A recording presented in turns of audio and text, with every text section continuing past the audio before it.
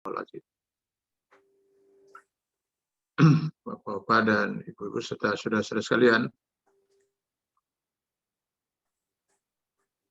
di ayat yang baru saja saya bacakan di Quran surah Al-Baqarah ayat 155, 156, Allah SWT mengingatkan kita semua manusia bahwa kehidupan kita di alam dunia ini tidak akan pernah sepi dari musibah. Setiap manusia pasti akan mengalami musibah itu. Saya masih melihat di masyarakat masih ada pemahaman yang kurang tepat di dalam memahami apa musibah itu. Yang kita khawatirkan adalah ketika kita salah dalam memahami musibah, sangat mungkin juga kita akan salah di dalam menyikapinya. Dan ini bisa berakibat fatal bagi keselamatan kita dunia dan akhirat. Sejauh yang bisa saya simpulkan dari keterangan di dalam baik Al-Quran maupun Sunnah Rasulullah SAW. Musibah itu kalau dia menimpa kehidupan orang kafir, kita bicara dalam kehidupan di dunia, itu mutlak adalah azab Allah SWT. Dasarnya bisa kita lihat dalam Quran surat As-Sajdah ayat 21. Di mana Allah menyatakan wala nuziqannahum minal azabil adna dunal azabil akbar. Saya kata Allah kami akan azab orang-orang kafir itu di dunia sebelum azab yang teramat dahsyat di akhirat nanti di neraka jahanam. Dan tentu kita sangat mafhum memahami dan ini sesuatu yang sangat wajar gitu ya. Bagaimana mungkin Allah tidak murka pada orang kafir itu? Allah lah yang menciptakan mereka, Allah lah yang memberikan segala bentuk kehidupan kepada mereka. Lalu mereka mengkufuri Allah, bahkan menyembah Tuhan yang lain selain Allah SWT. Maka pantaslah kalau Allah murka, ya, sehingga kita sering membaca dalam surat Al-Fatihah, ghairil maghdubi alaihim waladdallin. Jadi ketika musibah itu menimpa kehidupan orang kafir di dunia, itu pasti azab Allah. Apakah nanti azab Allah itu dalam bentuk kesenangan di dunia itu, harta berlimpah, pangkat, jabatan, tapi tetap itu pasti azab. Ya. Paling tidak dengan harta dan pangkat jabatan itu mereka merasa tidak bersalah dengan tidak menyembah Allah, bahkan menyembah Tuhan selain Allah, sehingga mereka membuat mereka semakin kufur kepada Allah Subhanahu wa Ta'ala. Dan itu azab yang luar biasa dari Allah Subhanahu wa Ta'ala. Nah, sebaliknya ketika musibah itu menimpa kehidupan orang mukmin, maka itu pasti bentuk kasih sayang Allah. Ini yang ingin saya coba luruskan ya, pandangan yang menurut saya masih banyak di masyarakat yang keliru gitu ya. Tapi seolah-olah Allah itu murka pada orang mukmin. Allah tidak pernah murka kepada orang mukmin. Apalagi kalau kita masih ingat dalam bahasan kita 2 minggu yang lalu, orang yang memilih beriman itu luar biasa sangat sedikit. Itu pasti Allah akan sangat mencintai orang mukmin. Karenanya kalau musibah menimpa kehidupan orang mukmin di dunia, itu pasti bentuk kasih sayang Allah. Paling tidak sampai saat ini saya bisa menyimpulkan ada 3 kemungkinan ya bentuk kasih sayang Allah kepada orang mukmin dengan Allah memberikan musibah pada mereka. Yang pertama adalah ujian keimanan. Dan ini dasarnya bisa kita lihat dalam Quran surat At-Talaq ayat 2 dan 3. Hasiban nasu an yutraku an yaqulu amanna wa hum la yuftanun. Adakah manusia mengira bahwa mereka akan dibiarkan saja oleh Allah dengan mereka menyatakan kami telah beriman. Sementara kata Allah kami belum lagi uji. mereka. Walaqad fatanna allazina min qablihim, sungguh telah kami uji umat sebelum mereka yang mengaku beriman itu. Dengan ujian itu kata Allah jelaslah. Siapa yang sodaku, yang benar pengakuan keimanannya itu. Siapa pula yang dusta. Ujian selalu mengakibatkan ada dua manusia. Pertama yang lulus menghadapi ujian. Yang kedua yang gagal dalam menghadapi ujian. Tentu saja kita sependapat untuk menyatakan bahwa ujian itu sesuatu yang positif.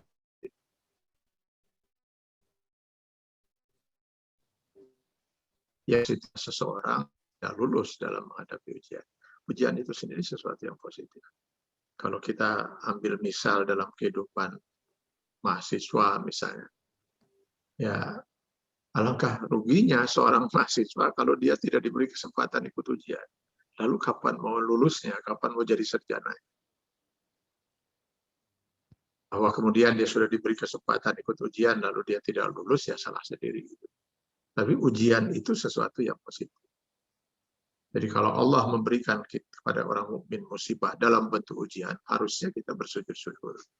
Sujud kepada Allah karena dengan musibah ini kita diberi kesempatan untuk mengikuti ujian sehingga tingkat kesolehan kita diharapkan semakin meningkat. Bahkan kalau kita ambilkan contoh tadi kehidupan mahasiswa, tidak setiap yang terdaftar sebagai mahasiswa itu bisa ikut ujian. Mereka yang bisa ikut ujian itu hanyalah mereka mahasiswa-mahasiswa yang saleh. Kalau dalam bahasa agama, mahasiswa yang tidak pernah bolos kuliah. Gitu. Paling tidak 85%, 90% hadir. Kalaupun yang 10% harus dengan alasan yang bisa dipertanggungjawabkan. Sakit misalnya. Lalu kemudian tugas dosen sudah dikerjakan. SPP dibayar, aturan sekolah dipatuhi. Nah, mahasiswa-mahasiswa yang seperti ini yang bisa ikut ujian dan punya peluang untuk bisa lulus sarjana. Kalau mahasiswa cuma terdaftar sebagai mahasiswa, kuliah tara, tugas dosen nggak pernah dikerjakan, SPP nggak dibayarkan, lalu kemudian ya aturan sekolah dilanggar, maka mahasiswa-mahasiswa yang seperti ini boro-boro bisa ikut ujian. Bahkan mungkin terancam untuk didemo. Jadi seorang mukmin yang akan disayang oleh Allah dan berhak untuk mengikuti ujian keimanan, itu pasti seorang mukmin yang sedang berjuang untuk menjadi mukmin yang soleh.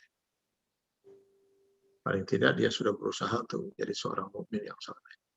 Mereka akan diuji oleh Allah untuk semakin soleh.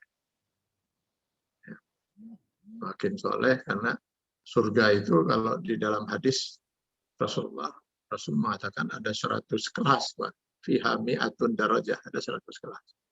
Mulai dari kelas eksekutif sampai dengan kelas 100. Ya, tentu makin soleh dia makin punya peluang untuk berada di kelas eksekutif bersama para rasul, para nabi, para syuhada, para solehin. Maka kalau dia diuji, ya dia harus bersyukur, mudah-mudahan Allah memang menghendaki dia bisa masuk kelas eksekutif. Kalau tidak ikut ujian, bagaimana dia bisa meningkat kesolehannya? Jadi, kalaulah musibah itu menimpa kehidupan orang mukmin sebagai ujian dari Allah, maka harusnya mukmin itu harus bersyukur pada Allah Subhanahu wa taala. Alhamdulillah ya Allah, saya diberi kesempatan untuk menjalani ujian. Berilah saya kemampuan untuk bisa lulus menghadapi ujian ini, sehingga saya semakin dicintai dan disayang oleh Allah SWT.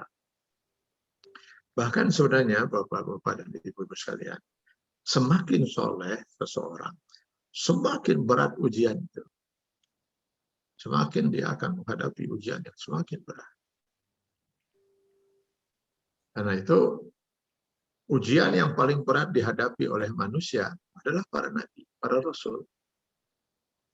Ya, saya kira tidak mungkin ada seorang mukmin meragukan kesolehan para nabi, para rasul yang akan terkejar oleh kita manusia biasa.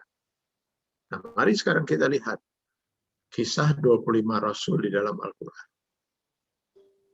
Tolong tunjukkan kepada saya seorang Rasul yang hidupnya itu sepi dari ujian dan cobaan. Mulai dari Adam alaihissalam sampai dengan Nabi Muhammad SAW. Tolong tunjukkan pada saya seorang Nabi yang atau seorang Rasul yang hidupnya itu sepi dari ujian dan cobaan. Nabi Adam bagaimana menghadapi ujiannya? Hanya karena melanggar satu aturan Allah, memakan buah khuldi, lalu Allah Subhanahu wa taala kemudian menurunkan keduanya ke bumi dalam keadaan maaf, tanpa busana, secara terpisah. Entah ada yang diturunkan di mana, di bumi itu, di daerah mana. Kata dia mengatakan di daerah Arab, sementara Siti Hawa di daerah India sana. Wallahu a'lam. Nggak ada satu bukti sejarah yang bisa kita pegang. Yang pasti Al-Quran menyatakan mereka diturunkan secara terpisah. Yang saya baca di dalam kitab Minhajul Abidin, Imam Al-Ghazali mengutip satu riwayat, mereka berpisah sementara mereka sadar kalau pasangannya itu ada turun, tapi nggak tahu di mana. Lalu mereka pun masing-masing sibuk mencari pasangannya di mana. Bayangkan betapa mereka harus menjalani kehidupan, mengawali kehidupan di alam bumi dengan ujian seberat itu. Berapa lama mereka itu terpisah itu, dan baru dipertemukan menurut riwayat yang saya baca tadi dalam kitab Minhajul Abidin itu mencapai 200 tahun. 200 tahun mereka itu hidup sendiri masing-masing, mencari makan sendiri, mencari pakaian sendiri. Bayangkan di tengah padang pasir. Ya, kalau sekarang ya, mungkin sambil bingung Siti Hawa itu kemana Kang Adam, mungkin sibuk kemana Siti Hawa. Kalau sekarang udah mungkin ada HP gitu, Kang posisi di mana. Itu pun kalau ada sinyal gitu. Jadi bayangkan ya selama 200 tahun. Sampai barulah akhirnya Allah mempertemukan di suatu tempat yang konon menjadi nama Padang Arafah. Itulah dipertemukan kembali Adam dan Hawa. Lihat bagaimana perjuangan dan pengorbanan Nabi Nuh alaihissalam. Nabi Ibrahim. Nabi Ibrahim alaihissalam itu Nabi yang dapat julukan Khalilullah, kekasih Allah. Kekasih Allah. Lalu bagaimana Allah memperlakukan sang kekasihnya itu? Saya kadang-kadang membayangkan dan merenungkan, andai kata ujian para nabi itu ditimpakan kepada kita, saya pribadi sempat akan mengatakan rasanya saya nggak akan mampu. Nabi Ibrahim diuji selama sekian puluh tahun, dia tidak mendapatkan keturunan dari istrinya Siti Sarah. Atas desakan Siti Sarah, kemudian beliau menikah lagi dengan Siti Hajar, lalu dikaruniai seorang putra. Bisa kita bayangkan bagaimana bahagianya Nabi Ibrahim AS menunggu kehadiran seorang anak puluhan tahun. Ketika bayi masih merah, sang ayah sedang menikmati kehadiran anaknya, putranya. Tiba-tiba Allah memerintahkan kepada Nabi Ibrahim, tinggalkan istri dan anak. Di mana Nabi Ibrahim AS harus meninggalkan istri dan anaknya? Kalau kita baca di Quran surat Ibrahim itu, ini askantu min suryati biwadin ghairi zizara'in inda baitikal muharram. Di tengah padang pasir yang tandus, bukti ketandusan itu tidak ada satupun pohon sekecil apapun yang tumbuh. Itu di sekitar Baitullah, Ka'bah. Jadi jangan dibayangkan Ka'bah seperti sekarang.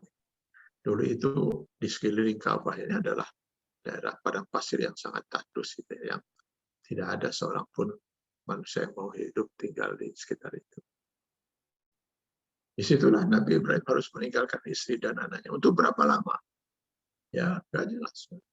Beliau harus menemui Allah Subhanahu wa taala, menerima firman-Nya dan menyebarkannya atau menyampaikannya kepada umat manusia. Konon perpisahan itu hampir mencapai 9 tahun. Setelah 9 tahun barulah Allah pertemukan Nabi Ibrahim alaihissalam dengan istri dan anaknya juga di Arafah pada tanggal 9 Zulhijjah. Ya, beliau pun bertemu di sana. Dan konon juga nama Arafah itu juga katanya diambil dari pertemuan Nabi Ibrahim dengan Siti Hajar dan Ismail. Dan Arafah itu padang pasir yang memang bukan untuk tempat tinggal. Maka Nabi Ibrahim alaihissalam pun tidak bermaksud menginap di sana. Begitu matahari tergenang, beliau pun meninggalkan Arafah pada tanggal 10 Zulhijjah. Beliau hanya wukuf di Arafah itu, hanya tinggal sementara. Ini sebenarnya nanti kalau kita lihat perjalanan Nabi Ibrahim ini adalah yang kemudian jadi napak tilas dalam ibadah haji. Beliau pun berjalan dengan istri dan anaknya. Sampailah di Muzdalifah. Barulah beliau mabit di Muzdalifah pada tanggal 10 Zulhijjah. Disitulah beliau istirahat dan tidur. Di saat beliau sedang tidur di Muzdalifah, itulah beliau bermimpi, hai Ibrahim, sembelih anak. Allahu Akbar. Ya, inilah luar biasa ya, ujian para nabi. Sekian puluh tahun tidak punya keturunan, begitu punya anak, baru bayi merah harus ditinggalkan, pisah kurang lebih 9 tahun. Setelah 9 tahun pisah, lalu ketemu baru 1 malam, beliau memeluk anaknya. Kata Allah, sembelih anak. Kira-kira kata Allah, hai Ibrahim, mana yang lebih kau cintai, aku atau anak? Kalau memang aku, sembelih anak. Lalu kita tahulah ceritanya bagaimana kemudian Nabi Ibrahim siap melaksanakan perintah Allah. Betapapun cintanya kepada sang anak satu-satunya waktu itu belum lahir Ishak. Tapi beliau lebih mencintai Allah Subhanahu wa taala yang menciptakan dirinya dan menciptakan anak itu sendiri. Dan Nabi Ibrahim pun lulus menghadapi ujian itu. Jadi begitulah para nabi. Melihat Nabi Muhammad SAW, terutama ketika waktu masih di Mekah, bagaimana beliau menghadapi ujian yang luar biasa berat. Beliau dengan ikhlas berdakwah untuk mengajak manusia hidup di jalan Allah. Lalu apa yang beliau dapatkan? Cacian, makian, hinaan, fitnah. Beliau difitnah sebagai orang gila dan sebagainya. Dilempari kotoran unta pada wajah beliau. Ya, beliau nggak jadi pergi. Lalu pulang ke rumah, dipanggil putrinya Fatimah. Tolong Fatimah ambil air, basuh wajah ayah. Tuh, Fatimah pun membawa air sambil menangis membasuh wajah ayah. Dan Rasul pun bertanya, apa yang membuat dirimu menangis, Fatimah? Apa yang membuat dirimu menangis? Yang mana ada seorang anak tega melihat ayahnya diperlakukan seperti itu. Kotoran unta di wajah beliau yang mulia. Rasul hanya menghibur anaknya sambil mengatakan, Fatimah, tidak ada yang perlu kamu tangisi. Inilah ujian dari Allah Subhanahu wa taala untuk menguji kita, kesabaran kita, keikhlasan kita di dalam menjalani kehidupan di jalan yang diridhoi. Pasti kita akan diuji, kata Rasulullah pada anak. Diputuskan hubungan dagang sehingga istrinya Khadijah sudah yang dulu terkenal sangat kaya, katanya konon sudah hampir menguasai ekonomi Mekah, sekarang sudah tidak bisa berbuat apa-apa lagi. Dan setelah usaha ini semuanya tidak berhasil, menghentikan beliau dalam berdakwah, menyampaikan risalah Allah Subhanahu wa taala. Akhirnya mereka pun orang-orang kafir berusaha untuk membunuh beliau. Orang Yahudi 2 kali pernah berusaha membunuh. Pertama dengan menyimpan racun dalam minuman beliau. Dan yang kedua menggelindingkan batu besar, dan kembali Allah menyelamatkan Rasulullah dengan mengutus malaikat Jibril untuk menggeser tempat duduk Rasulullah SAW. Lalu orang musyrikin yang sempat mengepung rumah beliau untuk membunuh beliau, sehingga beliau harus hijrah. Setelah sampai di Madinah, belum lagi berhenti. Beliau harus menjalani sampai 19 kali. Harus mengangkat perang, angkat pedang, menghadapi serangan dari orang-orang musyrik. Dan di perang Uhud, beliau pernah berdarah-darah karena salah satu panah orang musyrik itu sempat menembus helm perang beliau dan menembus pipi beliau. Seorang sahabat kemudian mencoba menariknya dengan giginya sampai 2 gigi depannya itu copot. Sahabat inilah yang kemudian diberi gelar oleh Rasulullah, si ompong ahli surga. Darah terus mengalir dari muka beliau. Dan Fatimah pun kemudian membakar tikar, lalu debunya dipakai untuk menutupi darah. Dan mungkin itu cara dahulu, orang-orang dahulu untuk menghentikan pendarahan. Sementara orang-orang musyrikin masih terus berusaha untuk membunuh beliau.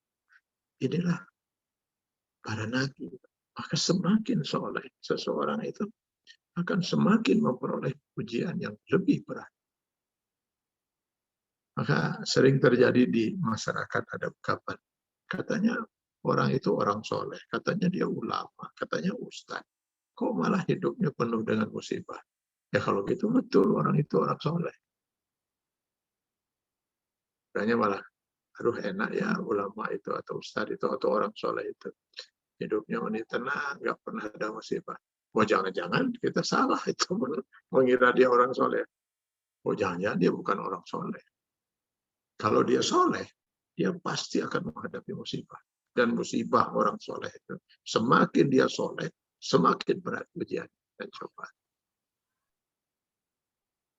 Ada satu kisah yang ingin saya sampaikan terkait dengan ujian keimanan ini, yang pernah dialami oleh Sayyidina Umar radhiyallahu anhu, seorang sahabat di antara 10 sahabat Rasul yang sudah dijamin oleh Allah ahli surga.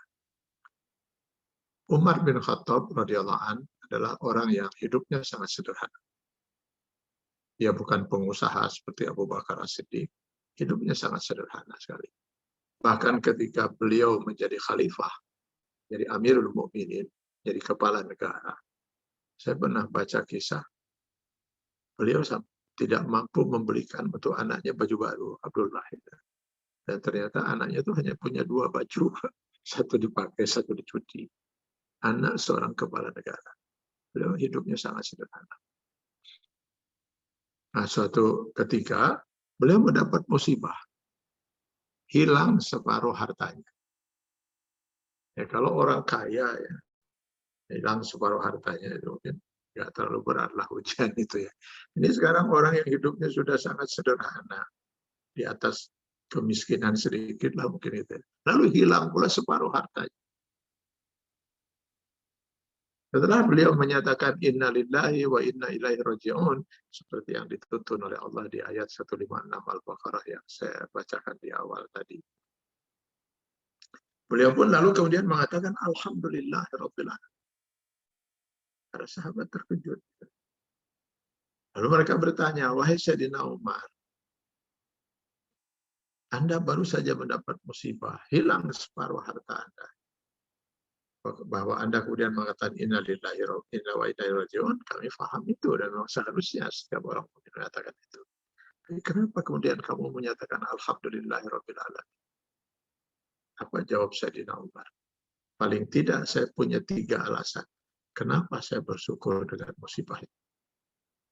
Yang pertama, kata Sayyidina Umar, musibah ini sama sekali tidak menimpa agama saya. Innaha lam takun fi dini. Dia hanya menimpa harta saya. Karena ini ujian kecil itu.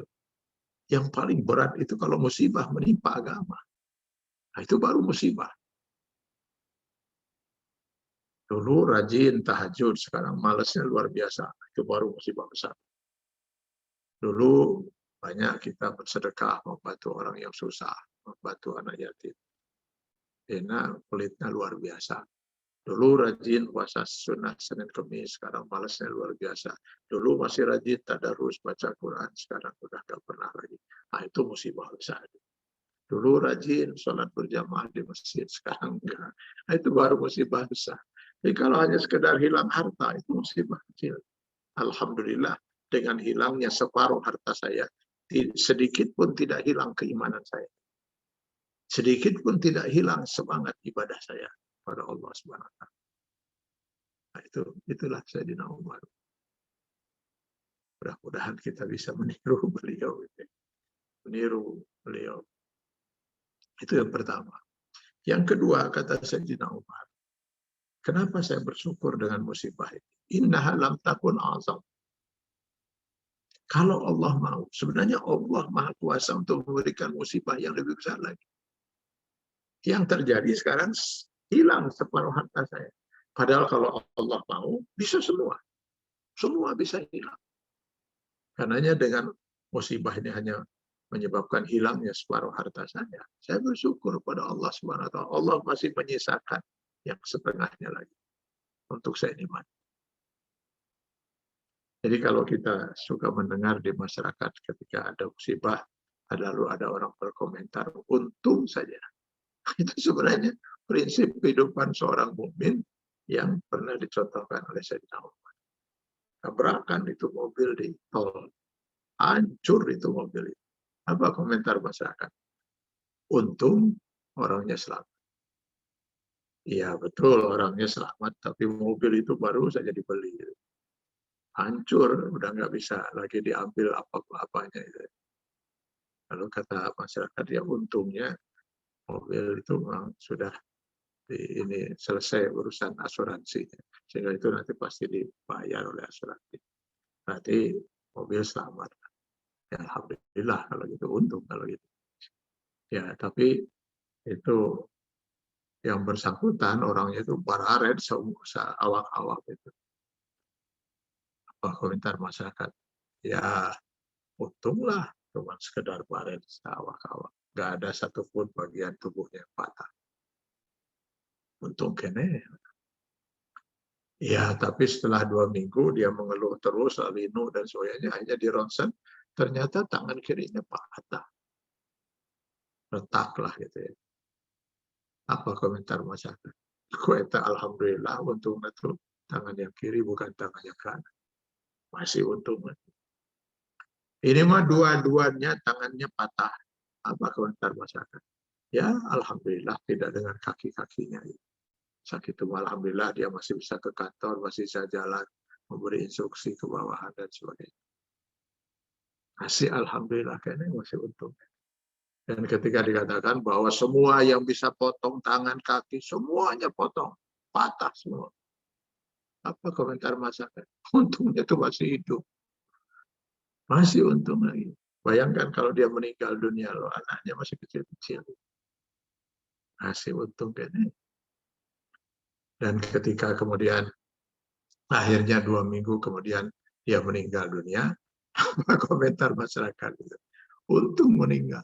Coba kalau nggak meninggal, cacat seumur hidup akan menyusahkan orang lain. Jadi sampai meninggal pun masih untung. Itu yang harus diyakini oleh setiap orang mukmin ketika dia musibah, mendapat musibah dari Allah. Allah itu maha kuasa untuk berbuat musibah apa saja. Jadi kalau Allah memberikan musibah kepada kita, pasti Allah menyisakan sesuatu yang masih bisa kita nikmati. Maka kata Sayyidina Umar, saya bersyukur selama musibah itu masih menimpa masalah-masalah duniawi, bukan menimpa agama.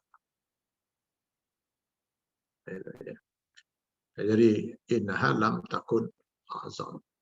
Dan yang ketiga kata Sayyidina Umar, kenapa saya bersyukur dengan musibah ini? Karena alangkah luar biasa besarnya pahala yang Allah janjikan bagi mereka orang-orang yang sabar. Innama yuwaffas sabiruna ajrahum bighairi hisab. Quran surat Az-Zumar ayat 10. Sesungguhnya Allah akan membalas pahala orang-orang yang bersabar itu dengan balasan tanpa hisab, pahala tanpa hisab, tanpa perhitungan. Istilah tanpa hisab, tanpa perhitungan itu menunjukkan pahala itu sangat luar biasa banyaknya. Kepada siapa dijanjikan oleh Allah pahala yang sangat luar biasa banyaknya?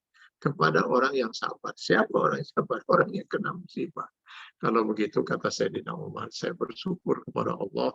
Allah berikan kepada saya musibah dan itu tidak menimpa agama saya. Agar saya bisa lulus dengan saya bersabar. Maka kalau saya berhasil lulus dengan bersabar, maka Allah sedang menyiapkan pahala tanpa hisab. Jadi musibah itu selalu sesuatu yang positif kalau itu merupakan ujian dari Allah SWT. Nah mungkin boleh jadi di antara Bapak dan Ibu akan mengatakan, ya kalau Nabi Sulaiman di mana letak ujiannya? Ya, kalau Nabi Ayub itu jelas gitu ya, sakit beliau menderita penyakit. Nabi Adam tadi, Nabi Ibrahim, Nabi Nuh yang harus menyaksikan istri dan anaknya ikut ditenggelamkan oleh Allah. Dan semua para nabi, Nabi Yusuf yang belum jadi nabi sudah dikhianati oleh saudara-saudara kandungnya Nabi Yakub dan sebagainya. Dan Nabi Sulaiman di mana letak ujian? Beliau raja, beliau menjadi pemimpin, raja, berkuasa, kaya raya, tidak ada tandingannya. Tidak akan pernah ada seorang manusia pun yang bisa mengalahkan kekayaan Nabi Sulaiman alaihissalam. Karena itu yang beliau minta kepada Allah. Diberikan sesuatu, kekuasaan dan kekayaan yang tidak akan pernah dimiliki oleh manusia lain. Dan Allah kabulkan. Lalu di mana letak ujiannya? Ya ujiannya persis di situ. Jadi kekuasaannya itu dengan kekayaannya. Itulah ujian. Jadi ujian itu bukan hanya sesuatu yang tidak sesuai dengan keinginan hawa nafsu kita. Miskin itu ujian. Kaya itu ujian. Tidak punya jabatan itu ujian. Punya jabatan itu ujian. Sakit ujian. Sehat itu ujian. Bahkan kalau kita pikir-pikir, lebih berat mana ujian orang miskin dengan orang kaya. Orang miskin itu kalau dia mau lulus dalam menghadapi ujian kemiskinan, tinggal satu saja dia, modalnya itu sabar. Kemudian sare, udah tidur aja lah. Dia nggak akan pernah berpikir untuk maksiat dari mana.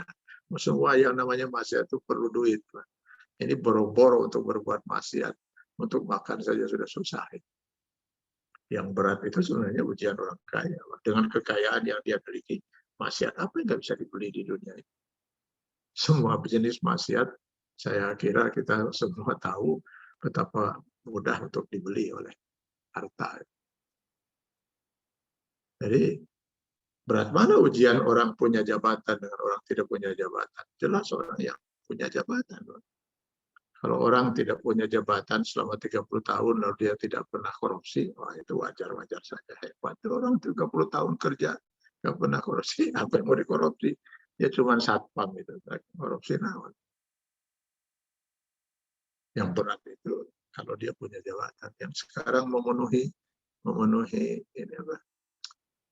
Suka miskin itu. Saya ya berapa kalilah berkunjung ke sana. Kadang-kadang juga berapa kali sudah memberikan ceramah. Nah, saya perhatikan semua yang memenuhi sana kan orang-orang yang punya jabatan. Kalau nggak punya jabatan, bagaimana mungkin dia bisa korupsi? Berat mana ujian orang sehat dengan orang sakit? Ya dua-duanya juga berat ya Pak. Tapi mungkin lebih berat orang sehat Pak. Orang sakit itu ya kalau dia mau lulus tinggal dia sabar, terus ya sudah tidur. Coba tanya gitu orang sakit itu, kumaha ya suster di sini karilis atau kumaha, boro-boro dia yang gitu. Orang sakit boro-boro mikir ke sana. Yang jauh lebih berat itu sebenarnya ujian orang sehat. Dengan sehat itu dia bisa berbuat apa saja, termasuk bisa berbuat maksiat apapun. Orang sakit boro-boro mikir maksiat. Jadi semua itu ujian sebenarnya bagi kita. Hanya sayangnya kita selalu mengidentikan musibah itu dengan sesuatu yang tidak sejalan dengan hawa nafsu kita. Hawa nafsu kita ingin kaya.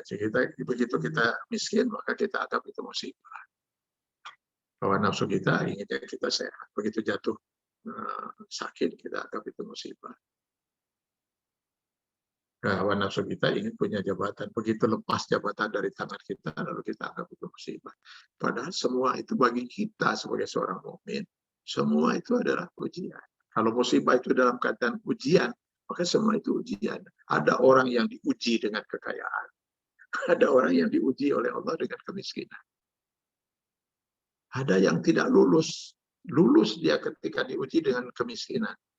Nah itu misalnya ya, Qarun, orang yang luar biasa sangat soleh, miskin. Dia lulus, Pak. Soleh sekali. Jadi dia kemudian berdoa kepada Allah minta kaya karena ingin lebih soleh lagi, ingin banyak beramal. Akhirnya dikabulkan oleh Allah. Setelah dia kaya, malah dia nggak lurus. Dia malah jadi kufur kepada Allah. Tidak mengakui itu sebagai anugerah dari Allah. Dan dia menganggap itu sebagai hasil perjuangan dia. Nggak ada urusan dengan Allah. Akhirnya dilaknat oleh Allah Subhanahu wa Ta'ala. Dibelah bumi, ditenggelamkan ke dasar bumi. Berikut seluruh hartanya. Itu kisah bisa kita baca dalam Quran surat Al-Qasas ayat 76 sampai dengan 78. Jadi Qarun ketika diuji dengan miskin lulus dia soleh. Tapi ketika diuji dengan kekayaan malah jadi kafir.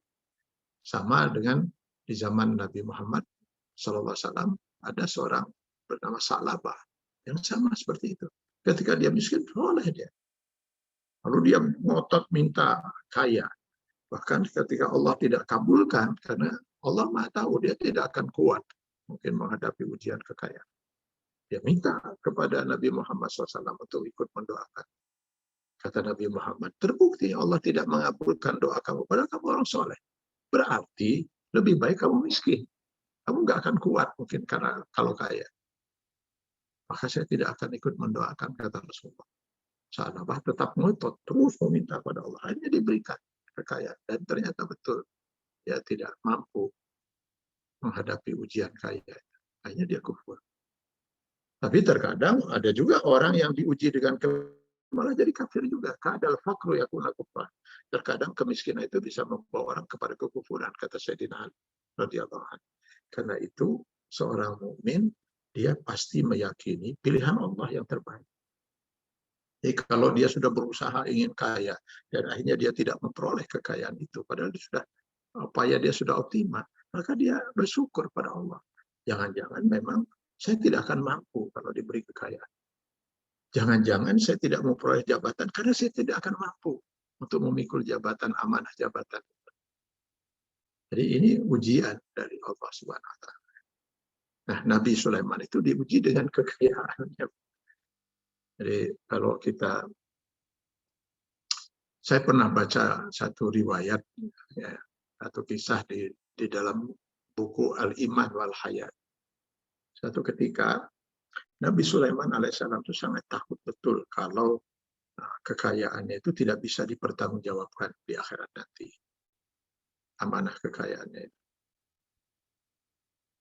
Maka suatu ketika beliau mengumumkan kepada masyarakat, siapa yang ingin menikmati, beliau punya armada kapal laut untuk pesiar. Silahkan pakai kapal laut saya. Sebab dalam prinsip Islam, ketika harta itu tidak bisa dinikmati oleh orang lain, maka harta itu harus dikeluarkan zakat. Jadi kalau seorang muslim punya harta melebihi kebutuhan hidup dia sampai senilai 80 atau sampai dengan 90 gram emas, itu sudah mencapai nisab, maka 2,5% itu harus dikeluarkan zakat. Jadi kalau selama 40 tahun bisa habis. Tapi kalau harta itu dimanfaatkan, misalnya sambil contoh begini, Bapak punya rumah untuk tempat tinggal Bapak dengan keluarga, maka itu tidak keluar zakat, karena itu Bapak pergunakan untuk tempat tinggal Bapak, Ibu dengan keluarga. Tapi di samping rumah yang dipakai, Bapak punya rumah, punya harta simpanan dalam bentuk rumah. Dikontrakan tidak, dipakai oleh keluarga juga tidak, jadi nganggur saja itu rumah itu. Maka setiap tahun harus keluar 2,5% dari nilai rumah. Selama 40 tahun habis itu rumah oleh zakat. Tapi kalau rumah itu dikontrakan, maka zakatnya hanya 2,5% dari hasil kontrakan, sangat kecil. Loh kenapa kok bisa begitu? Padahal dengan dikontrakan dia dapat uang itu, malah zakatnya jadi kecil. Jadi kalau rumah itu harganya 1 miliar gitu ya, maka kalau dia tidak dikontrakan, ya, zakatnya itu berapa itu 25 juta. Ya. Jadi kalau itu dikontrakkan misalnya 10 juta, itu, zakatnya hanya 250.000.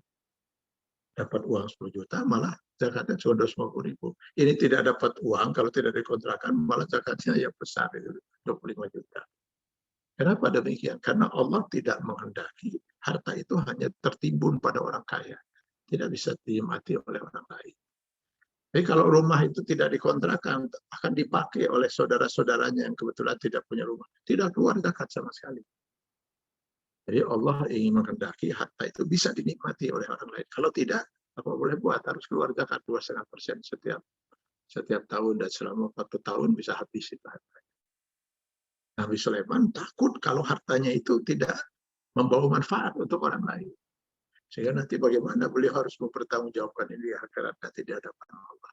Maka beliau umumkan pada masyarakat, silakan ya mau pakai kapal pesiar itu silakan pakai. Maka berduyun-duyun masyarakat itu ingin menikmati kapal pesiar milik Nabi Sulaiman alaihissalam. Kecuali ada seorang petani yang tidak tertarik, ya, sibuk saja terus menggali tanah miliknya yang cuma dalam hati dia berbisik, ya Allah, kapan saya punya kesempatan untuk menyampaikan hal ini kepada Nabi Sulaiman. Rupanya ada sesuatu yang ingin dia sampaikan pada Nabi Sulaiman. Terkejut si petani ini, nggak lama kemudian Nabi Sulaiman sudah ada di sebelahnya. Dan semakin terkejut si petani ketika Nabi Sulaiman bertanya, apa yang ingin Anda sampaikan? Ada 3, kata petani itu. Ini rupanya Allah sedang memberikan pelajaran pada Nabi Sulaiman lewat seorang petani. Kalau kita baca dalam surat Al-Kahfi, Nabi Musa alaihissalam pun pernah mendapat 3 pelajaran dari seorang hamba Allah saleh. Abdun min ibadina salihin. Apa kata yang ingin kamu sampaikan? Pertama, kata si petani, anta la tahissu bilizatil ams wa ana la ahissu bita'abil ams. Engkau yang kaya luar biasa seperti ini, wahai Nabi Sulaiman. Hari ini kamu tidak merasakan lagi bagaimana nikmatnya kemarin. Dan saya yang miskin seperti ini, hari ini saya pun tidak merasakan bagaimana susahnya hidup saya kemarin. Is'annal madi kon mata, karena yang lalu sudah berlalu, seolah-olah dia tidak pernah terjadi. Nabi Sulaiman pun langsung mengatakan, sodaqta, benar, benar prinsip itu, benar pun. Apa sih bedanya orang kaya dengan orang miskin urusan kemarin? Ada apa? Bedanya orang kaya itu punya cerita, orang miskin tidak. Cuma itu saja kan. Si orang kaya bercerita lah bahwa kemarin dia sarapan di Singapura, gitu. Rupanya dia pakai pesawat pribadi sarapannya di Singapura. Lalu makan siang di Thailand. Wah, saya di Singapura, ceritalah si orang kaya itu. Saya makan nasi goreng luar biasa nikmatnya. Lalu orang bertanya pada dia, seperti apa nikmatnya? Ya, nasi goreng lah. Lalu kata si miskin, saya juga sama di Bandung makan nasi goreng kemarin. Oh lain, kata si kaya. Nasi goreng yang saya makan di Singapura itu lain sekali dengan yang ada di Bandung. Gitu. Yang di Singapura itu luar biasa nikmat banget. Gitu. Makanya kata si miskin, saya bertanya, seperti apa nikmatnya? Ya tuh ingatlah dari kemarin. Dia sudah tidak menikmati lagi, Pak. Jangankan yang kemarin, begitu masuk makanan itu ke mulut kita, itu hanya dalam hitungan detik saja itu rasa itu sudah nggak ada.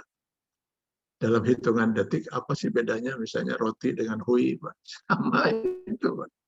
Sama. Lalu si miskin pun mengatakan, seorang miskin mengatakan, ya Allah, kemarin saya luar biasa susah hidup saya. Sudah istri tiba-tiba entah kenapa meninggalkan rumah, anak yang paling besar ditangkap polisi, anak yang kecil tabrakan, terus yang satu dikeluarkan dari sekolah. Rasanya kepala ini seperti belah dua gitu. Lalu orang bertanya, seperti apa belahnya itu? Belah, itu begitu, belah gitu. Ya seperti apa gitu. Jangar gitu. Lain, jangar kecil ini mau kayak belah saja. Nya kawas kumaha belah. Tinglah dari tambah kamari, sekarang sudah nggak terasa lagi. Yang kemarin itu sudah tidak terasa susah. Itulah dunia, kata petani, wahai Nabi Sulaiman. Senang, susah, seperti sudah tidak pernah terjadi yang kemarin. Suatu saat ketika kita akan meninggalkan alam dunia ini, maka selesai semua cerita itu. Maka kata Nabi Sulaiman, benar prinsip itu. Lalu apa yang kedua? Yang kedua, kata Nabi, kata si petani, ana amut wa anta tamut. Engkau yang kaya luar biasa seperti ini, wahai Nabi Sulaiman. Suatu saat pasti engkau akan mati. Dan saya yang miskin seperti ini, pasti suatu saat saya pun akan mati. Yang kaya mati, yang miskin pun mati. Fanahnu sawa. Kalau gitu kita ini sama saja, kata Nabi Sulaiman. Kekayaan kan tidak pernah bisa membuat umur manusia menjadi panjang. Karena ajal itu sudah ditentukan, tetapkan oleh Allah. Faiza ja'ajaluhum la yastakhiruna sa'atan wa la yastaqdimun. Ini berulang-ulang Allah menyatakan dalam Al-Quran. Kalau sudah tiba ajal seorang, tidak ada seorang pun yang bisa mempercepat atau memperlambat, walau hanya 1 detik. Wah, dalam ayat lain dikatakan, kalaupun dia berlindung di balik benteng yang kokoh. Maksudnya dengan segala macam kekuatan itu. Hadirkan 1000 dokter misalnya ketika orang itu sakit. Apa itu? Orang itu akan, keluarganya mengatakan, tolong 1000 dokter, tolong usahakan supaya rohnya tidak keluar dari jasad. Apa yang bisa dilakukan, Pak? Boro-boro menolong itu dokternya sendiri pun juga. Kalau sudah sampai waktunya, ya mau gimana lagi? Yang kaya, yang miskin sama. Kalau sudah sama, kalau gitu kita sama. Benar kata Nabi Sulaiman. Prinsip itu. Lalu apa yang ketiga? Yang ketiga kata si petani, masing-masing kita di akhirat nanti akan dimintai pertanggungjawaban oleh Allah Subhanahu wa taala, tergantung amanah yang Allah berikan pada kita. Maka amanah saya pertanggungjawaban saya nanti kecil, kan amanah saya cuma ini, kekayaan saya cuma ya tanah seluas ini saja. Saya tidak pernah membayangkan, kata si petani itu, bagaimana beratnya pertanggungjawaban kamu di akhirat nanti, wahai Nabi Sulaiman, untuk mempertanggungjawabkan amanah kekuasaan dan kekayaan yang luar biasa seperti itu. Mendengar pernyataan si petani yang ketiga ini, konon dalam riwayat yang saya baca tadi, Nabi Sulaiman alaihissalam tidak berkomentar lagi. Beliau tiba-tiba mengulurkan tangannya, lalu beliau berdoa, Robbi laula annaka karim, ya Allah, andai kata kau bukan zat yang maha mulia, di mana tidak layak sesuatu yang dulu saya minta, saya kembalikan lagi. Karena semua itu, seperti saya katakan di awal tadi, Al-Quran menyatakan kekayaan yang berlimpah ruah dan kekuasaannya itu atas dasar permintaan Nabi Sulaiman AS. Maka kata Nabi Sulaiman, andai kata saja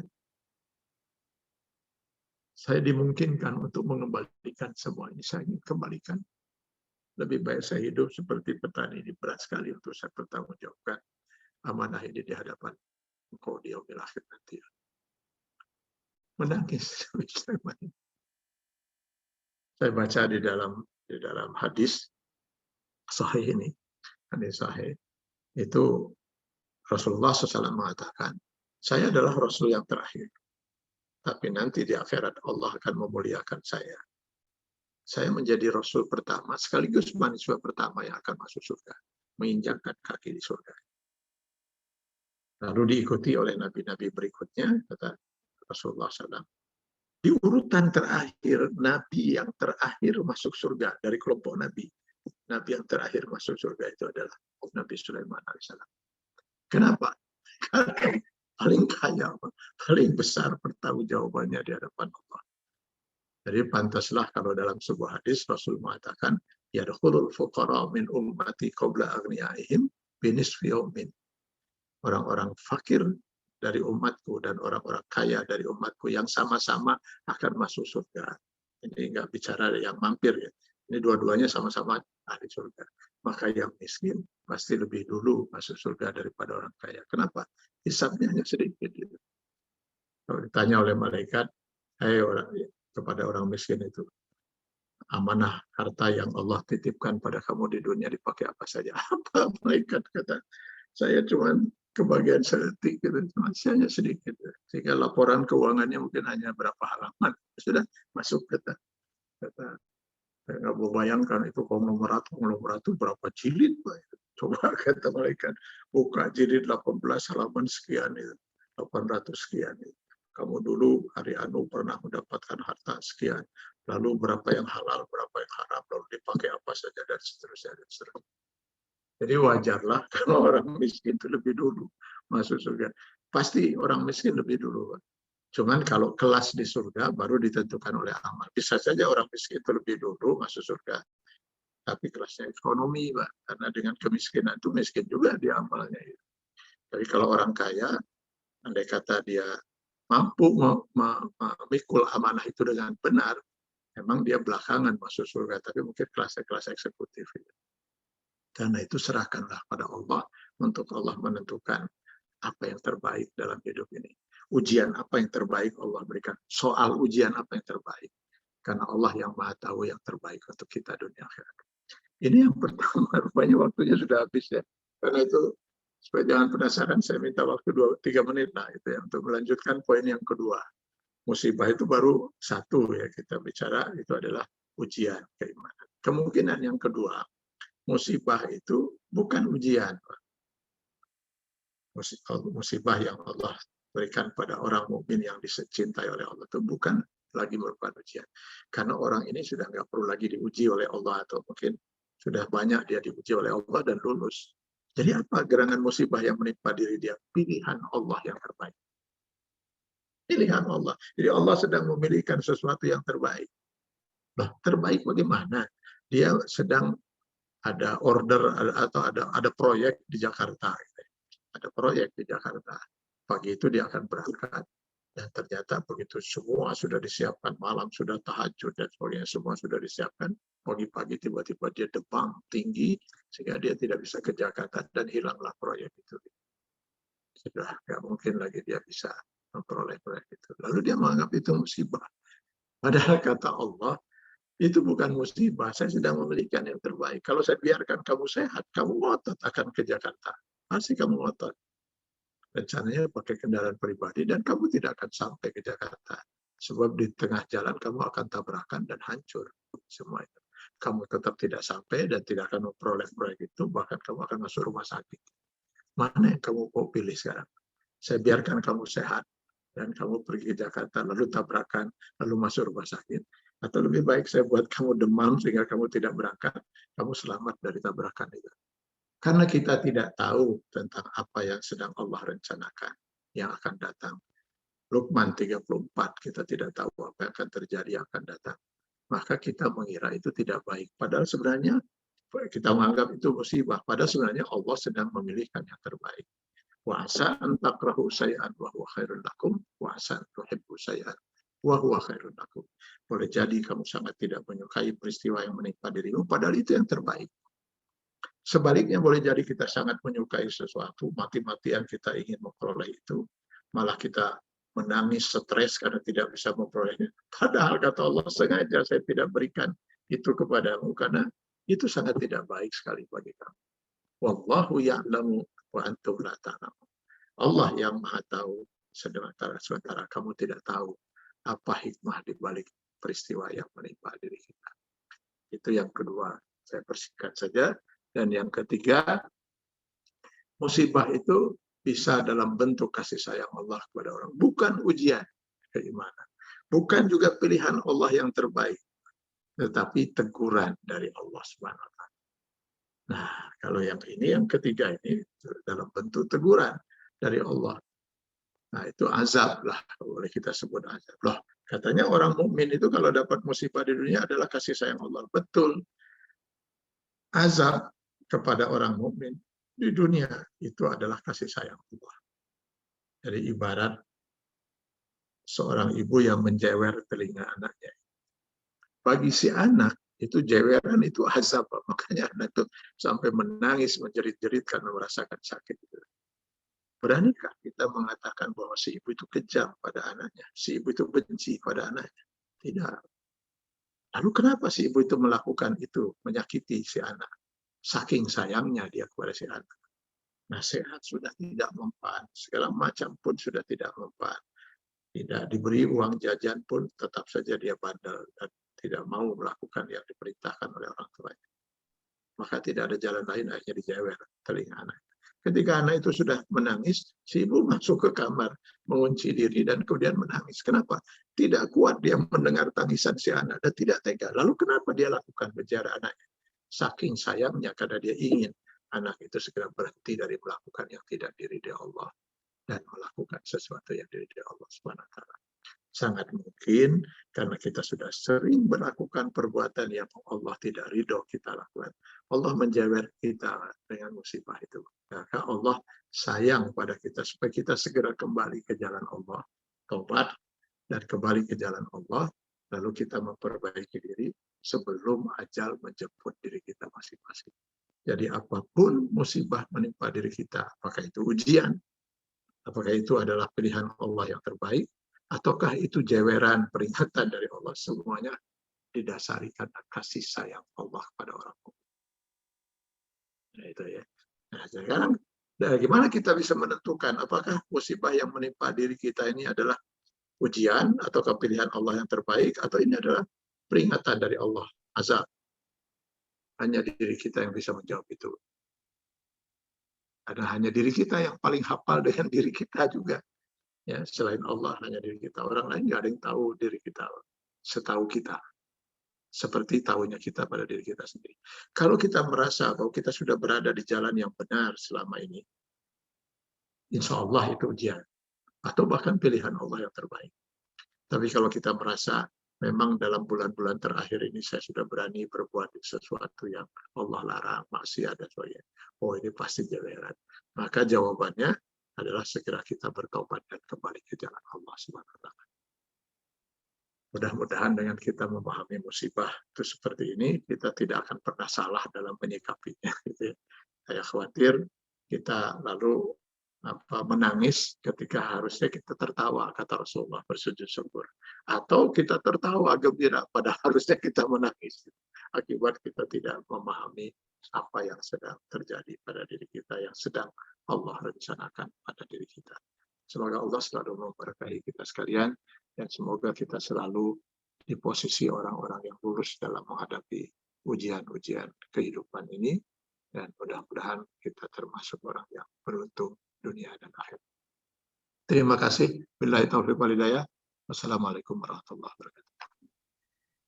Waalaikumsalam warahmatullahi wabarakatuh. Alhamdulillah, syukur jazakallah kepada Pak Kiai yang telah menyampaikan tausiahnya kepada kita semua, yang sangat memberikan inspirasi dan membuka pemikiran kita semua ya. Satu yang terus terngiang kepada saya Pak Kiai tadi disampaikan di awal, ketika ada seorang ustadz yang kehidupannya biasa-biasa saja, jangan-jangan tidak betul-betul soleh. itu Pak Kiai.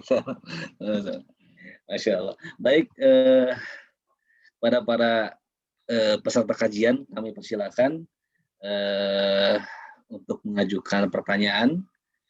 Boleh dituliskan di kolom chat, cuman sampai dengan saat ini tidak ada yang menulis. Atau barangkali ada yang akan secara audio, kami persilakan. Silakan.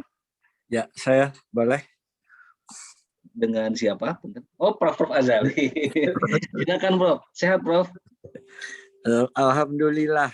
Kemarin minggu lalu kajian tahsin nggak hadir, Prof ya, kajian tahsin kemarin. Oh iya, ada ini, ada halangan. Biasanya ada terus. Silakan, Prof. Ya, ini jadi Ustadz tadi udah diikan bahwa sikap kita itu ada 3. Jadi kalau kita dapat musibah, itu kita itu jadi harusnya bersyukur ya Ustadz ya? Bersyukur. Atau gimana? Harus bersyukur. Harus bersyukur. Selain kita bersabar dalam menghadapi ujian itu, kita harusnya bersyukur. Seperti Sayyidina Umar itu. Karena 3-tiganya itu sama-sama kasih sayang Allah. Ujian itu kasih sayang Allah pada kita. Apalagi kalau Allah memberikan pilihan yang terbaik. Termasuk teguran, jeweran itu. Pastinya Allah mencintai kita supaya kita segera kembali ke jalan yang benar. Harusnya bersyukur.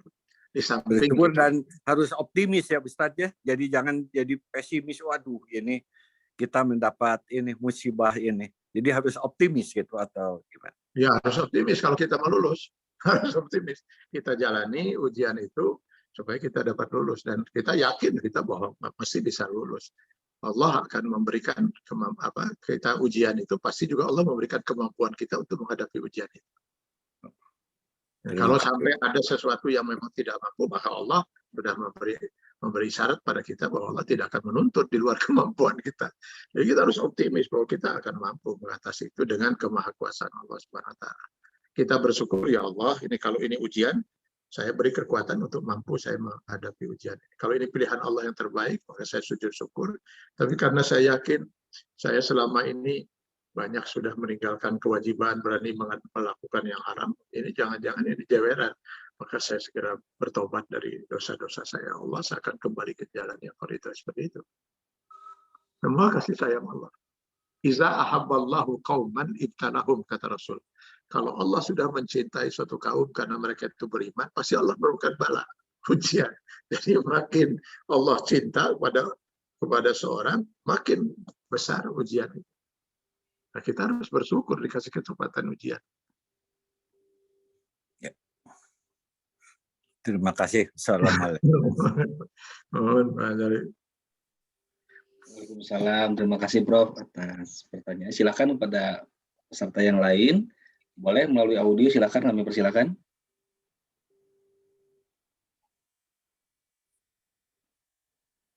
Belum ada. Mungkin boleh dibuka oleh saya, Ustaz. Ada pertanyaan dari saya.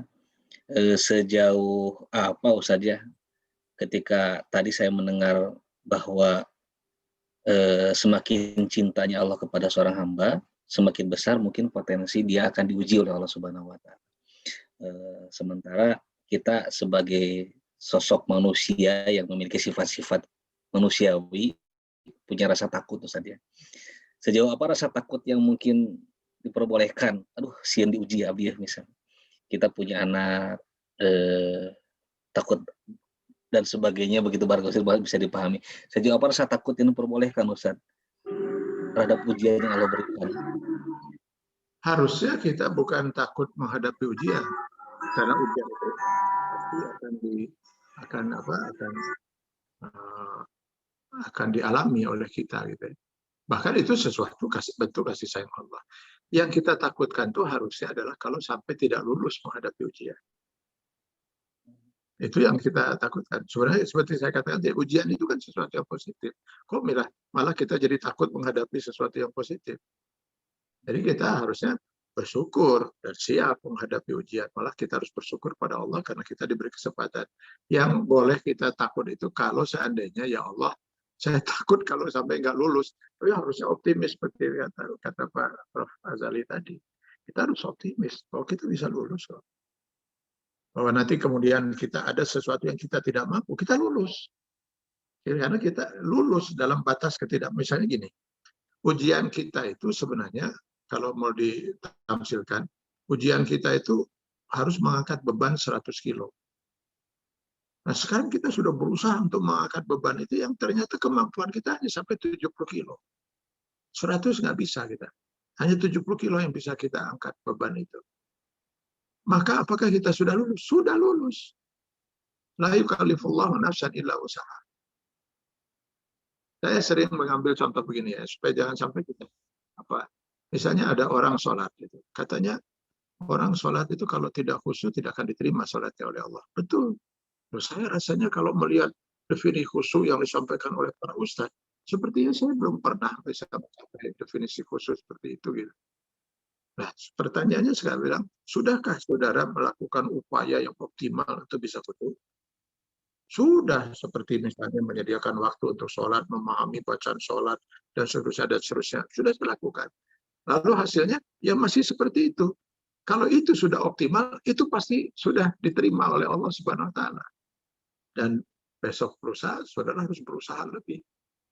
Jadi Allah hanya menuntut dari kita itu upaya yang optimal, bukan menuntut hasil. Karena kita tidak pernah menentukan hasil.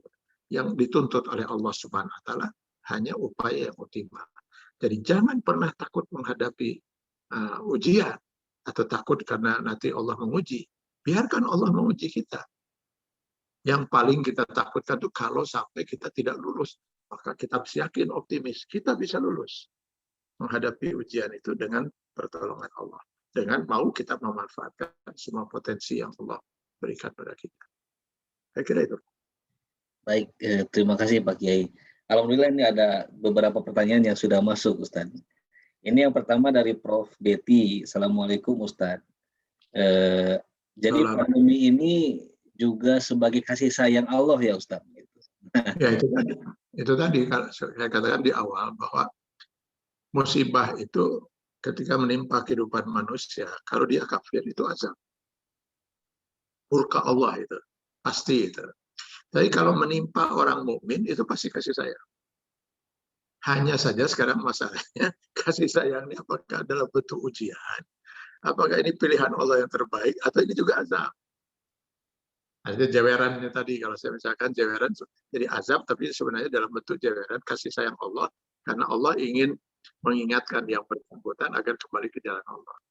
Nah, yang bisa menjawab ini kalau pribadi-pribadi hanya pribadi kita. Tapi kalau ini dikaitkan dengan kehidupan kita misalnya dalam berbangsa, bernegara gitu ya, rasanya saya nggak punya pilihan itu kecuali harus menyatakan ini jeweran dari Allah. Karena kita sudah terlalu jauh meninggalkan kehidupan yang diberkahi dan ridha Allah.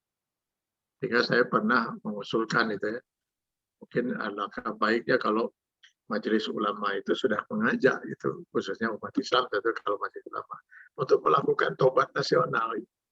Mari kita sama-sama melakukan taubat kepada Allah Subhanahu wa taala. Ini yakin saya ini jeweran. Jeweran kalau kita lihat kehidupan kita umat Islam yang mayoritas di negeri ini sudah sangat jauh dari nilai Islam. Rasanya bukan ujiannya, hari ujian mah harus orang yang soleh, Pak ya. Pilihan Allah yang terbaik itu pasti itu soleh bisa. Kalau yang belum soleh ya itu pasti jeweran. Mudah-mudahan kita semua sadar dan mau bertaubat kepada Allah sehingga Allah menganggap kita sudah lulus dengan ujian itu dengan kita kembali ke jalan Allah. Baik, alhamdulillah.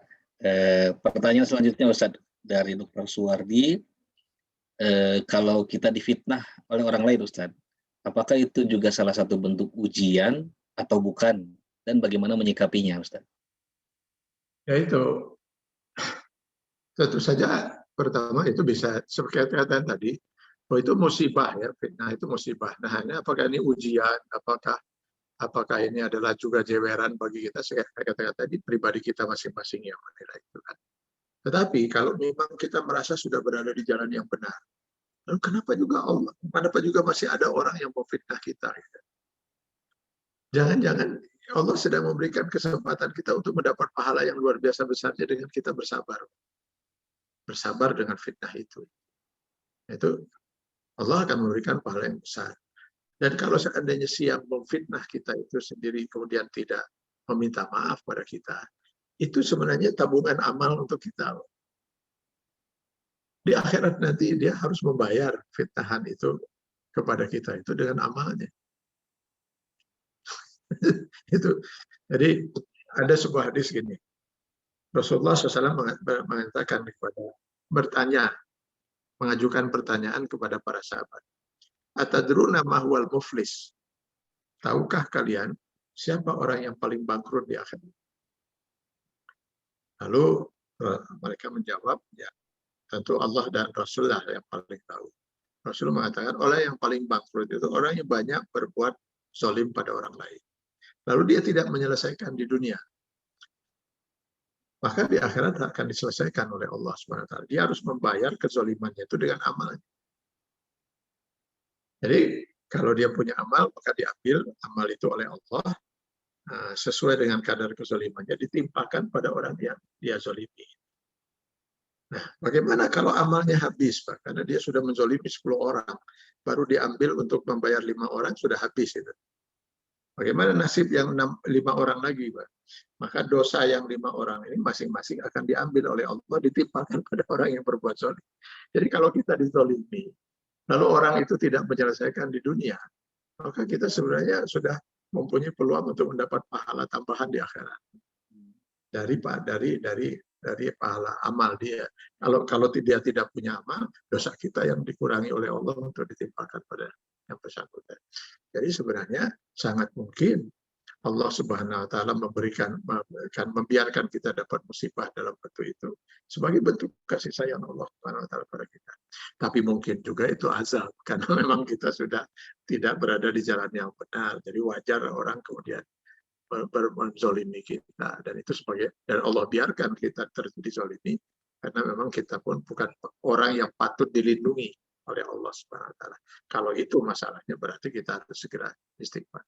Ini sikap yang pertama dari kita. Sikap yang kedua, memang kita tidak boleh membiarkan fitnah itu terus menyebar, Pak.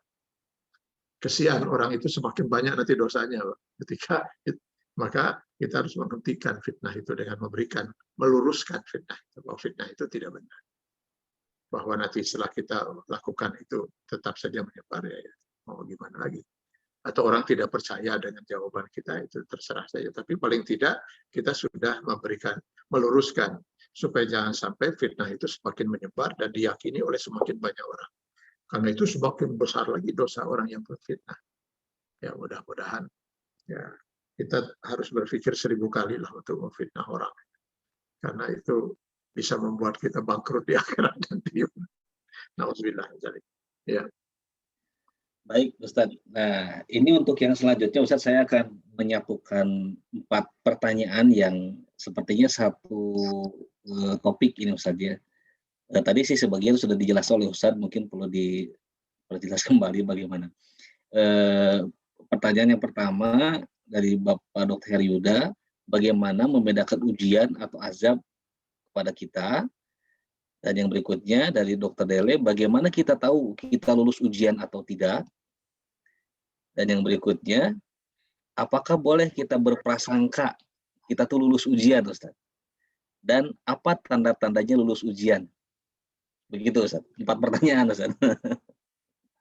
Ya, kalau tadi pertanyaan pertama, bagaimana kita membedakan apakah ini ujian atau azab?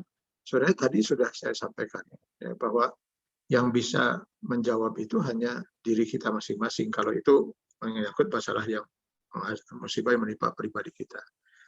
Andai kata kita merasa bahwa selama ini kita sudah berada di jalan yang benar, tidak ibadah yang wajib sudah kita lakukan, bahkan yang sunnah pun kita kerjakan.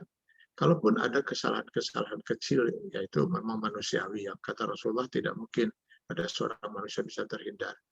Lalu datang musibah, itu pasti ujian keimanan, atau bahkan mungkin pilihan Allah yang terbaik. Tapi kalau kita merasa bahwa memang sudah 6 bulan ini saya rada malas beribadah, sudah berani berbuat maksiat, kesewani ngawadul, berbohong, sudah berani menggunjing orang, nah ini pasti azab mungkin. Jadi sikapnya kita sudah harus, kalau ujian kita hadapi untuk supaya kita lulus, kalau azab ya tentu kita harus segera tobat dan menghentikan perbuatan-perbuatan dosa maksiat yang kita lakukan. Saya kira itu ya, kalau membedakan. Jadi kalau pribadi itu ya hanya pribadi masing-masing, karena hanya kitalah yang paling hafal dengan diri kita. Kita boro-boro bisa mengetahui apa yang ada pada diri orang lain. Kesolehan orang lain hanya dia yang tahu. Gitu. Tapi kalau kita lihat dalam tingkat itu tadi kehidupan kita bermasyarakat bernegara, ya kalau saya beranilah untuk mengatakan bahwa ini memang azab, Pak. Artinya secara negeri yang mayoritas penduduknya Muslim, kehidupan kita begitu sangat jauh dari nilai-nilai Islam yang dikehendaki. Ini sudah saatnya kita harus bertobat. Secara ya, saya kira itu. Dan lalu yang berikutnya tadi apa? Boleh kita berprasangka kalau kita lulus ujian, Ustaz? Dan tanda-tandanya apa, Ustaz? Tanda-tandanya lulus ujian. Ketika ujian itu sudah kita hadapi, kan, Pak. Kita sudah dihadapi dan membuat semakin meningkatnya iman dan amal kita. Baru kita bisa menganggap itu sebagai sesuatu yang lulus. Itu kalau kita tidak meningkat sesuatu apapun dari apa yang seorang lulus, berarti dia sudah bisa menyelesaikan tahap-tahap berikutnya. Kalau mahasiswa tingkat 1, ya dia sudah naik lulus tingkat 2 itu berarti dia sudah siap untuk kemampuan itu berada di tingkat 2. Terus seperti itu.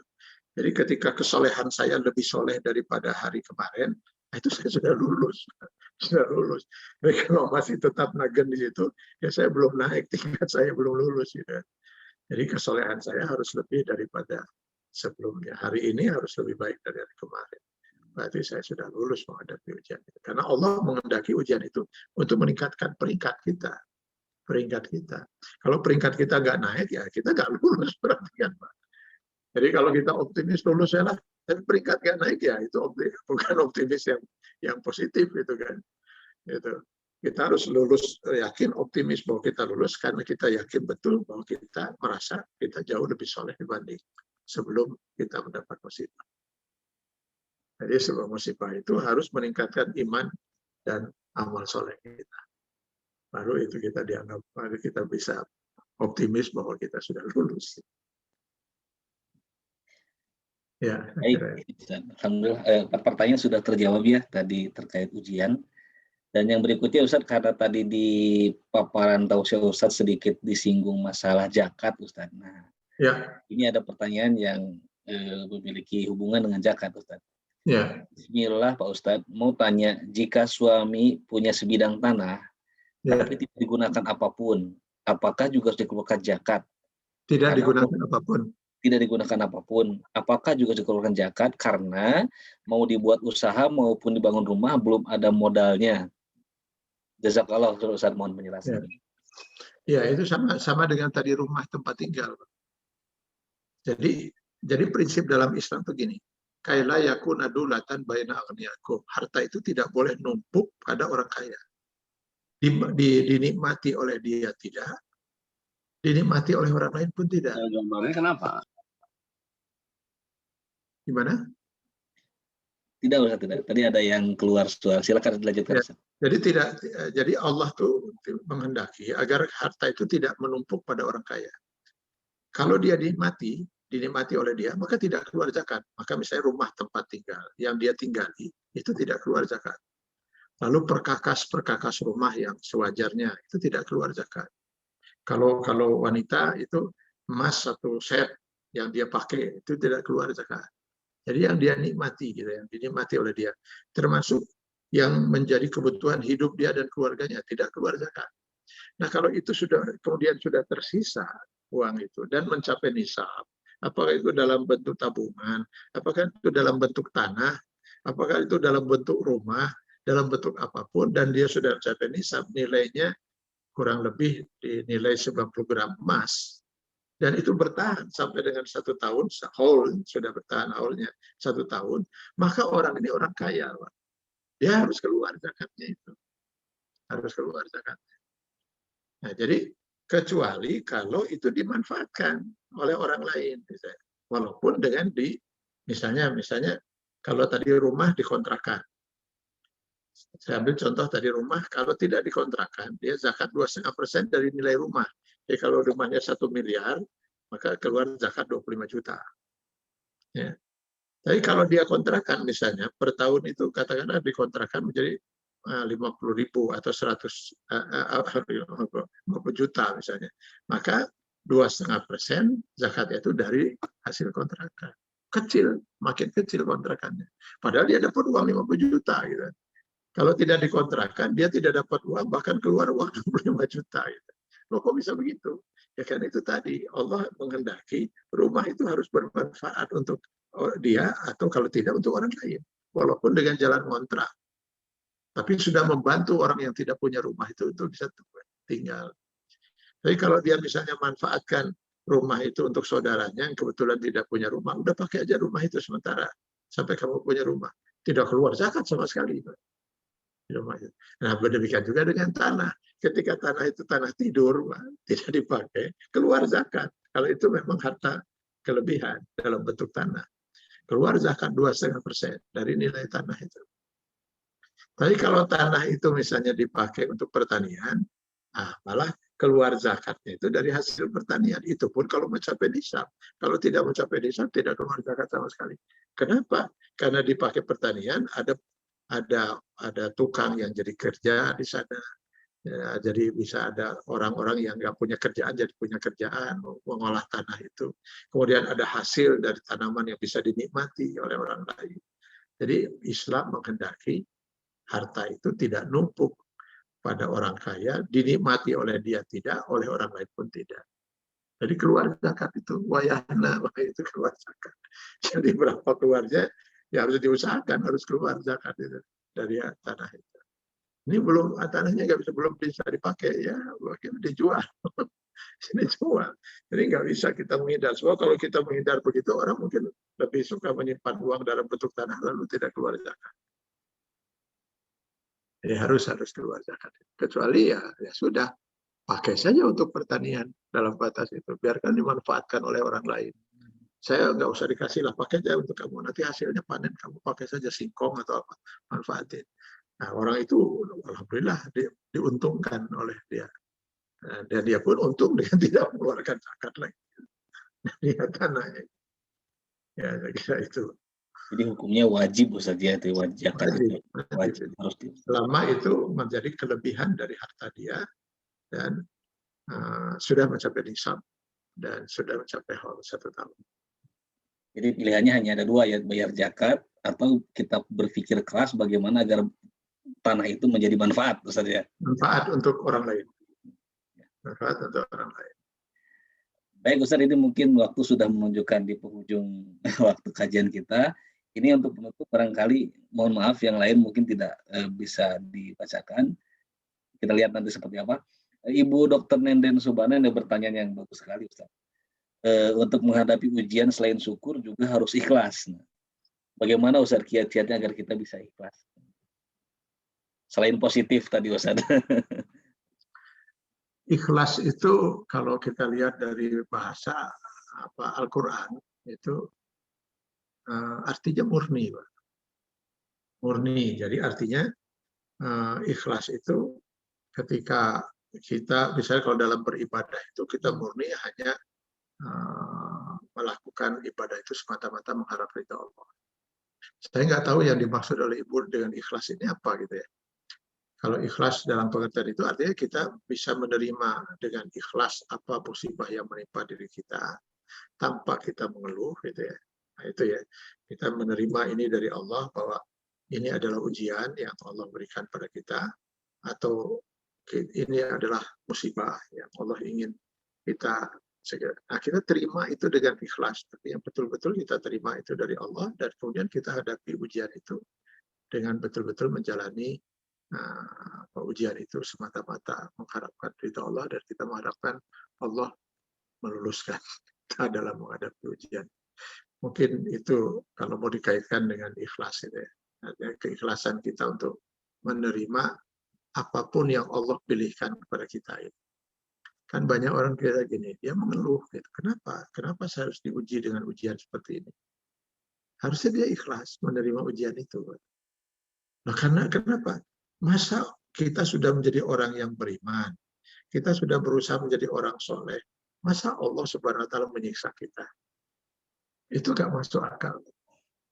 Dan itu sebuah kezaliman dan Allah mustahil zalim. Makanya Allah sampai bersumpah dalam hadis kursi itu. Ini haram tu zulma ala nafsi. Saya haramkan kezaliman itu pada diri saya. Jadi kalau kita sudah hidup di jalan Allah, apapun yang Allah timpakan pada kita, pasti yang terbaik. Nah, kita harus menerima itu, harus menerima ikhlas betul. Jangan ada mengeluh apa-apa. Ya Allah, saya terima ini. Ini pasti pilihan yang terbaik. Walaupun saya belum bisa mengerti sampai dengan detik ini, di mana letak baiknya. Tapi pasti suatu saat akan terbukti itu pilihan Allah yang terbaik. Ibu, saya pernah mengalami dulu waktu mahasiswa, Bu. Saya tiba-tiba menghadapi suatu masalah yang saya katakan, kenapa saya harus menghadapi masalah ini? Gak terjawab oleh saya, Pak. Nggak terjawab. Kok bisa, kok saya jadi harus menghadapi ini gitu. Menurut saya itu tidak baik. Gitu. Menurut saya itu nggak baik. Gitu. Tapi saya yakinkan dalam diri ini pasti sudah itu terbaik. Walaupun saya belum tahu di mana letak baiknya. Baru 3 tahun kemudian terjawab itu. Ya Allah, rupanya peristiwa yang terjadi 3 tahun yang lalu betul yang terbaik. 3 tahun baru ketemu jawabannya. Dan itu semakin meyakinkan saya bahwa kalau kita sudah berada di jalan yang benar yang diridhoi Allah, maka yang terjadi pasti yang terbaik. Walaupun sejuta akal manusia mengatakan tidak baik, tetap saya meyakini ini pasti yang terbaik. Karena mustahil Allah menzalimi hambanya. Nah, kalau itu yang harus kita yakini, itulah mungkin makna ikhlas kita dalam menerima satu musibah. Baik, Ustadz, terima kasih.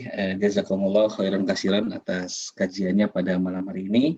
Mohon maaf kepada para peserta kajian. Insya Allah kajian beberapa pertanyaan yang belum terjawab sudah saya catat.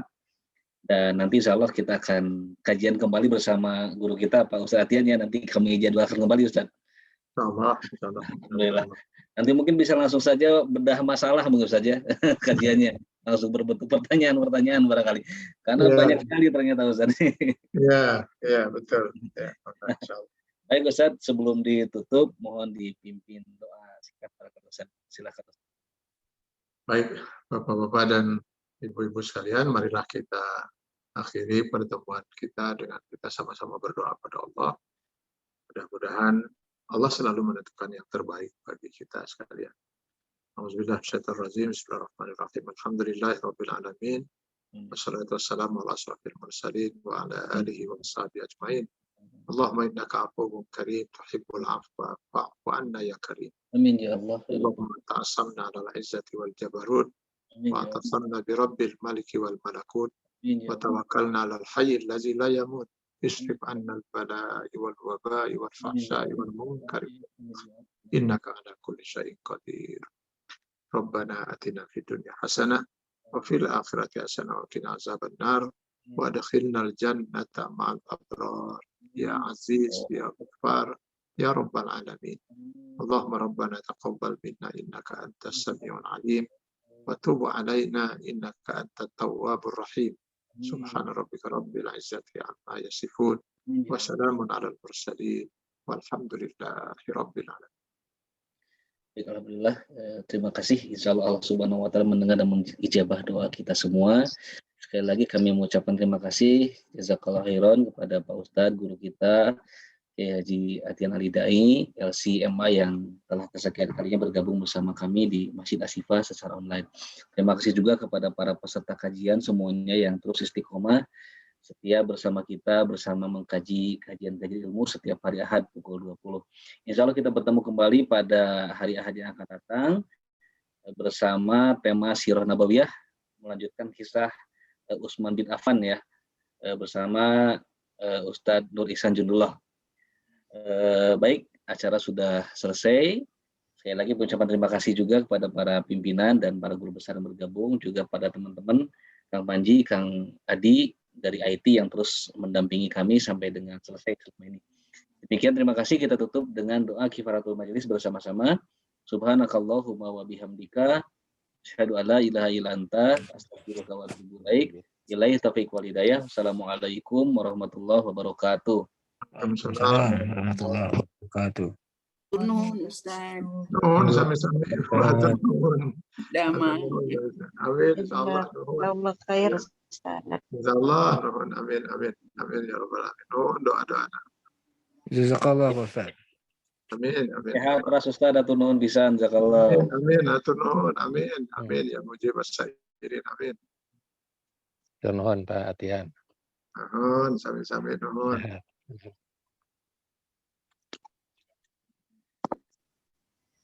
Baik, mohon izin kajian ini akan saya akhiri. Assalamualaikum.